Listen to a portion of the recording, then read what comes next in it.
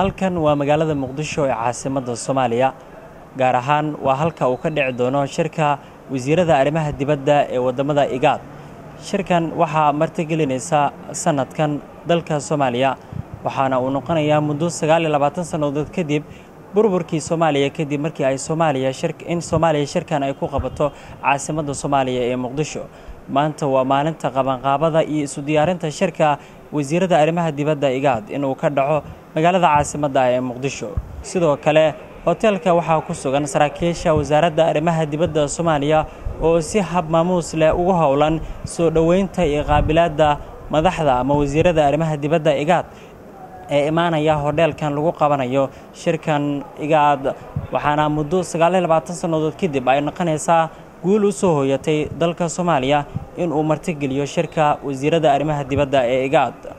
wasiirka arrimaha dibadda Soomaaliya Cabdiraxmaan Ducaale Bayle oo la hadlaya warbaahinta ayaa waxa uu yiri waa guul u soo hooyatay shacabka Soomaaliyeed iyo guud ahaan dawladda federaalka ee Soomaaliya in 29 sanadood kadib Soomaaliya ay hogaamiso oo ay martigeliso shirka wasiirada arrimaha dibadda IGAD isagoo rajo ka muujiyayna in shirka xiga ee madaxda wadamada IGAD iyo kan midowga Afrika in uu ka dhaco Soomaaliya maanta anaga sharaf weyn bay noo tahay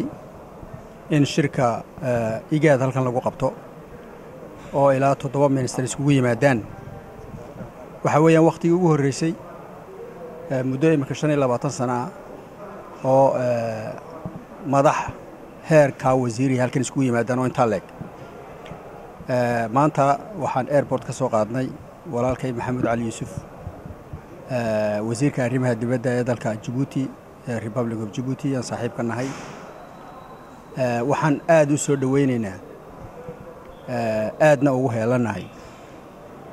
dalalka IGAD ku bahoobay ee halkan noogu yimi waxay ka turjumaysaa waxa weeye inay yiraahdeen maanta suuragal bay tahay in Soomaaliya lagu shiri karo Soomaaliya in lagu shiri karo in Muqdisho la iman karo suuragal bay tahay oo madaxdoodii adii foreign minister levelka foreign ministerka ay soo diraan anaga sharaf weyn bay noo tahay annaguna waxaan dareensanahay waxa weeye maanta diyaar inaan u nahay inaan soo dhaweyn karno inaan martigelin karno wasiirada arrimaha dibadda iyo madaxdoodaba waxa insha Allah taala kan ku xigi doona oo caadatan sidaa u dhacda marka Ministries of Foreign Affairs ka shiraan inay ku xigaan madaxdu diyaar baan nahay yani maanta dareenka iyagu annaga haddaan Soomaaliyeed aad iyo aad buu yahay wuxuu ku weeyahana waxa weeyaan sida wax noola soo qabtay ee IGAD noola soo qabatay beesha caalamku noola soo qabatay wasiirka arrimaha dibadda ee Djibouti sidoo kale waxa uu sheegay in ay tahay guul lagu farxi karo in Soomaaliya ay sanadkan martigeliso shirka IGAD gaar ahaan midka wasiirada arrimaha dibadda aad iyo aad ayaan ugu faraxsanahay inaan maanta socdaalkan aan ku niminay Muqdisho inuu shir aad u weyn oo muhiim ah ee ugu qabsoomo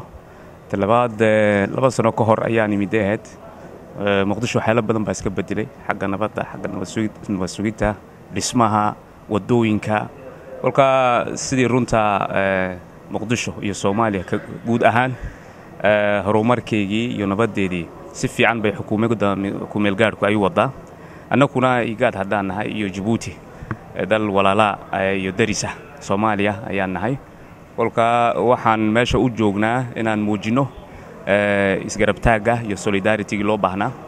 shirkana waa shirkii ugu horeeyay wasiirada ugu weyn ee lagu qabto muddo dheer imika walka talaaba aad iyo u fiican ayay tahay ayaan filayaa